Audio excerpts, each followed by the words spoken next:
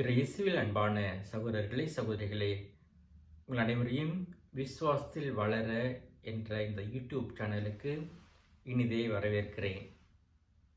ஜூலை மாதம் 6ஆம் தேதி நாம் புனிதரும் மறைசாட்சியுமான புனித மரியை கொரத்தியுடைய பெருவிழாவை நாம் கொண்டாடுகிறோம். இந்த மரியை கொரத்தி இளைஞர்களின் பாதுகாவலராக, மிக சிறப்பாக இளம் பெண்களின் பாதுகாவலராக இருக்கிறார். இவர் 1890ஆம் ஆண்டு இத்தாலி நாட்டில் இருக்கிற கொரினால்டோ என்ற நகரில் பிறக்கிறார். இவருடைய குடும்பம் மிக வறுமையில் வாழ்ந்த குடும்பம். இவருக்கு 7 உடன் பிறந்த சகோதரர் இருக்கிறார்கள். இவர் 3வது குழந்தையாக பிறக்கிறார். இவர் 9 வயதில் இருக்கிற போது இவருடைய தந்தை இறந்து விடுகிறார். எனவே இவருடைய தாயார் மற்றும் இவர்கள் அனைவருமே வேறொரு வீட்டுக்கு குடி போகிறாங்க. அந்த வீடு ஷேர்டு ஹோம், அதாவது ஒரு வீட்டில் நிறைய குடும்பங்கள் இருக்கிற ஒரு வீடு. அந்த வீட்டில் அலெக்சாண்ட்ரோ மற்றும் அவருடைய தந்தை செரனெலிஸ் இவர்கள் இருக்கிறாங்க. அலெக்சாண்டர் குழந்தையாக இருந்தபோது அவருடைய தாயார் இறந்து போயிடுறாங்க. அவருடைய தந்தை மது பழக்கத்துக்கு அடிமையாக இருக்கிறார்.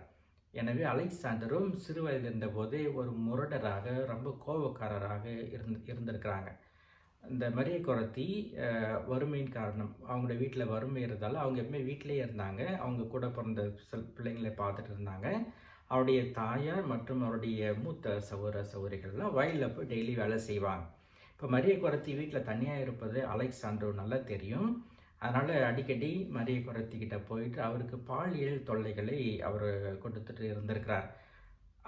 அதை பற்றி யார்கிட்டையும் சொல்லக்கூடாது, சொன்னாக்கா அவருடைய உயிரை எடுத்து விடுவேன் என்று அலெக்சாண்டர் பயமுறுத்தியதால் மரியை கொரத்தி அதை பற்றி யார்கிட்டையும் சொல்லாமல் இருக்கிறாங்க.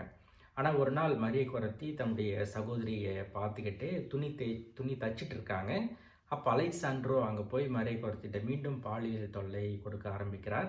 அப்போ மரியை கொரத்தி இதெல்லாம் வேண்டாம், இது கடவுளுக்கு எதிரான பாவம் என்று சொல்கிறாங்க. ஆனால் அலெக்சாண்டரோ ரொம்ப கோவப்பட்டு மரியை கொரத்தியுடைய கழுத்தில் 14 முறை கத்தியால் குத்திட்டு ஓடி போயிடுறார். அதை பார்த்து மரியை கொரத்தியோட உடன் இருந்த அவருடைய சகோதரிகள் சத்தமாக கத்துறாங்க. அப்போ வயலில் இருந்த மரியை கொரத்தியுடைய தாயை வீட்டுக்கு ஓடியாந்து மரியை கொரத்தியை ரத்த வெள்ளத்தில் துடிச்சிட்டு இருக்கிறாங்க. அவங்கள தூக்கிட்டு போய் அங்கே இருக்கிற மருத்துவமனையில் சேர்க்குறாங்க. மருத்துவமனை இந்த டாக்டர் மிக ஆச்சரியப்பட்டு மரியை கொரத்திக்கு டைம் இல்லாதால் அனஸ்தாசியா மருந்து கூட கொடுக்காம அவருக்கு ஆப்ரேஷன் பண்ணுறாங்க.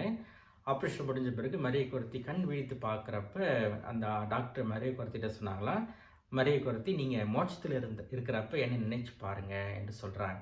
இது லூக்காஸ் நற்செய்தியில் இயேசு சிலுவையில் அறையப்பட்ட இருந்தபோது ஒரு கள்வர் இயேசுவை பார்த்து சொல்கிறார். கள்வர் அவர் சொல்கிறார், ஆண்டவரை நீர் அரசு உரிமையோடு வருகிற போது என்னை நினைத்து பாரும். அதே போல் ஒரு வார்த்தையை தான் அந்த மருத்துவர் மரியை கொரத்திட்ட பார்த்து சொல்கிறாங்க. அப்போ மரியை கொரத்தி கேட்குறாங்களா, யாருக்கு தெரியும் யார் முன்னாடி போவாங்கன்னு சொல்லி அப்படின்னு கேட்குறாங்களா. அப்போ மருத்துவர் சொல்கிறார், இல்லை நீங்கள் தான் முன்னாடி மோட்சத்துக்கு போவாங்க அப்படின்னு சொன்ன பிறகு நான் கண்டிப்பாக அதை உங்களுக்காக ப்ரேயர் பண்ணுறேன் அப்படின்னு சொல்லி மரியை கொரத்தி சொல்கிறாங்க. பிறகு காவலர்கள் வந்து மரியை கொரத்தியை விசாரிக்கிற போது காவலரிடம் மரியை கொரத்தி சொல்கிறாங்க, அந்த அலெக்சாண்ட்ரோ அவர் தான் என்னை மாதிரி 14 முறை கத்தியால் குத்தினார் என்று சொல்லிட்டு, ஆனால் நான் அலெக்சாண்ட்ரோவை மன்னிக்கிறேன், அவரும் என்னோடு சேர்ந்து மோட்சத்தில் இருக்க வேண்டும் என்பதுதான் என்னுடைய ஆசை என்று மரியை கொரத்தி சொல்கிறாங்க. அதுக்கு அடுத்த நாள் மரியை கொரத்தி இறந்து போகிறாங்க. மரியை கொரத்தியோட அடக்கத்திற்கு ஊரில் இருந்த எல்லா மக்களும் ஒன்றா வராங்க. அப்போ மக்கள் சொல்கிறாங்களா, இன்று ஒரு புனித இறந்து விட்டார் என்று சொல்கிறாங்களாம். அப்போ அதுக்கு பிறகு அடக்கத்துக்கு பிறகு அலெக்சாண்டரோவுக்கு நீதிமன்றம் 30 ஆண்டுகள் சிறை தண்டனை தருகிறது. தொடக்கத்தில் அலெக்சாண்டரோ தன்னுடைய பாவத்தை உணராமல் இருக்கிறார். ஆனால் அதுக்கு பிறகு அங்கிருந்த ஒரு பிஷப் ஜிவானி பிளான்டினி என்ற பிஷப் அலெக்சாண்டரோ போய் பார்க்குறார். பார்த்த பிறகு அலெக்சாண்டர் கொஞ்சம் கொஞ்சமாக மனம் மாறுறார். மிக சிறப்பாக ஒரு நாள் அவர் ஒரு கனவு காண்றார். அந்த கனவுல மரியை கொரத்தி வராங்க. கையில் லில்லி பூக்களை கொண்டு வந்து அலெக்சாண்டர் விட்டு கொடுக்குறாங்க. அலெக்சாண்டர் அந்த லில்லி பூக்களை வாங்கின உடனே அந்த லில்லி பூக்கள் அலெக்சாண்டருடைய கரங்களை எரித்து விட்டது. இப்போ அவர் இதை பற்றி அலெக்சாண்டர் பிஷப்கிட்ட பேசின பிறகு தான் கொஞ்சம் கொஞ்சமாக மனம் மாறி அவர் நல்ல வாழ்க்கை சிறையில் வாழ்ந்ததால் 7 ஆண்டுகள் கழித்து அலெக்சாண்டரோ சிறையிலிருந்து விடுவிக்கிறாங்க. சிறையிலிருந்து விடுவிக்கப்பட்ட அலெக்சாண்டரோ நேராக மரியை கொரத்தியோட வீட்டுக்கு வந்து அவங்களோட அம்மா கிட்ட மன்னிப்பு கேட்குறார். அவங்க பிள்ளையை அப்படி பண்ணிட்டதால் என்னை மன்னிச்சுங்க அப்படின்னு மன்னிப்பு கேட்குறார். அப்போ மரியை கொரத்தியோடைய அம்மா சொல்கிறாங்களா, என்னுடைய பிள்ளையே உன்னை மன்னித்து விட்ட போது உனக்கு மன்னிப்பு தராமல் இருப்பதற்கு நான் யார் என்று சொல்கிறாங்க. இப்போ அந்த மன்னிப்பை அவங்க தாயாரும் தருகிறார்கள். மரிய கொரத்திக்கு 10ஆம் பத்திநாத புனித 1950ஆம் ஆண்டு புனிதர் பட்டத்தை தருகிறார். இந்த பட்டத்தில் அவர் சொல்கிறாரு, மரிய கொரத்தி 20ஆம் நூற்றாண்டில் வாழ்ந்த புனித ஆக்னஸ் என்ற பட்டத்தை அவர் தரார். இந்த புனித பட்டம் தருகிற நிகழ்வில் முதல் முறையாக அவருடைய தாயார் கூட இருக்கிறாங்க, உடன்பிறப்பில் இருக்காங்க. மிக சிறப்பாக அவரை கொலை செய்த அலெக்சாண்டரும் கூட இருக்கிறார். பிறகு அலெக்சாண்டர் மனம் மாறி பிரான்சிஸ்கன் ஆர்டரில் சேர்ந்து பிரதராக அவர் இருந்து மரித்ததாக நாம் பார்க்கிறோம். மரிய கொரத்தியை பற்றி புனித யோகானஸ் 2ஆம் ஜான் பால் சொல்கிற போது மிக சிறப்பாக ஒரு கருத்தை சொல்கிறார். அதை நான் இப்போது வாசிக்கிறேன். மரிய கொரத்தி தன்னை கொன்ற மனிதனை மன்னித்ததும் ஒரு நாள் மோட்சத்தில் அவரை சந்திக்க வேண்டும் என்ற அவருடைய விருப்பமும் சிறப்பு கவனித்துக்குரியது. இந்த ஆன்மீக மற்றும் சமூக செய்தி நமது காலத்திற்கு மிகவும் பொருத்தமானது. அப்புனிதரின் தாய் தனது பங்கிற்கும் அவரது விசாரணை நடைபெற்று கொண்டிருந்த நீதிமன்ற அரங்கில் குடும்பத்தின் சார்பாக அவரை மன்னித்தார்.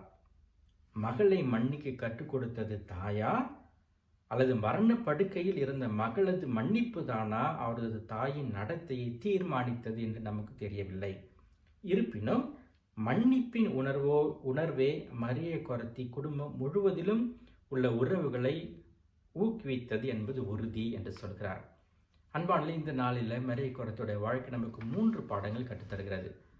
ஒன்று, மரிய கொரத்தி வாழ்கிற போது அவர் அவருடைய தந்தை இறந்து விட்டார். அவருடைய ஆன்மா நித்திலை பார்க்க அடையணும் என்பதற்காக தினமும் ஜெபமாலை சொல்லி ஜெபித்தாராம். அப்போ நம்முடைய குடும்பத்தில் மரித்தவர்களுக்காக நாமும் ஜெபிப்பது நம்முடைய கடமை என்று அவர் நம்ம உணர்த்துகிறார்.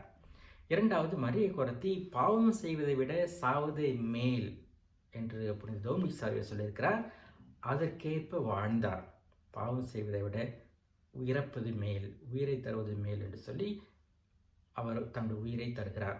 அப்போ நாம் பாவம் செய்வத சூழ்நிலை வருகிற போது அந்த சூழ்நிலையை தடுப்பது மிக முக்கியமான பாடமாக இருக்கிறது.